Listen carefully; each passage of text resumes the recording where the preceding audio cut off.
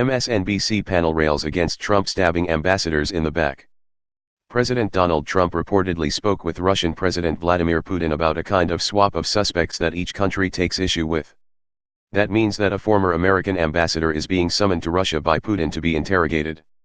Trump told Putin in their 2-hour meeting that he'd consider it.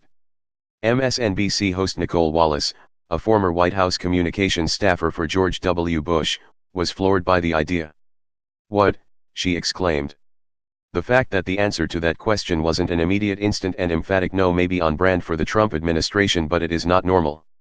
The White House press secretary saying she'll let us know if the president decides he's going to allow Vladimir Putin and Russia to question an American citizen. Former Ambassador Michael McFaul has been an outspoken critic of Putin in wake of his service during President Barack Obama's administration. The questioning, Putin mentioned, is about a conspiracy theory about money laundering in the Clinton campaign that was drummed up by Trump allies. Wallace went on to say people throw around the term banana republic too loosely, but this, if anything, is it. Michael McFaul has been an expert on U.S. Soviet affairs, U.S./Russian affairs going back 25 years, said Jeremy Bash, former chief of staff for the CIA and Department of Defense. He worked on the National Security Council. He was United States ambassador to Moscow. The fact that the President of the United States would talk with Vladimir Putin about an investigation of a U.S. ambassador of an American citizen and American government official just shows the extent to which I think President Trump in that one-on-one kind of gave it all up for Team America. And basically he was led around by Vladimir Putin. Bash went on to say that there was no agenda going into the meeting. The intelligence community, indeed Trump's own advisors, had no idea what the agenda was.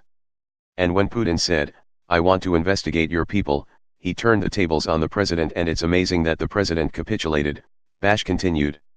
It goes to show the extent to which President Trump is just totally deferring to one of America's most capable adversaries. Wallace agreed, noting that it endangers American diplomats all over the globe now.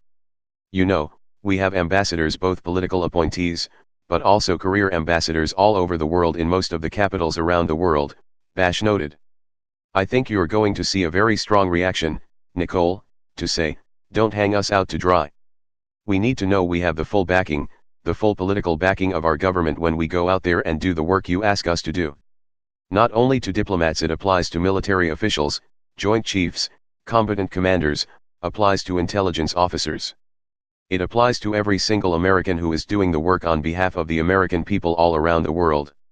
If the President of the United States doesn't have their back and is going to stab them in the back, we're not going to have the people on the front lines to protect us." Jason Johnson, politics editor for The Root, noted that Putin had all of this prepared ahead of time and planned out. Meanwhile, the American president demonstrated he will sell out the American people to any of these world leaders he wants to have a better relationship with.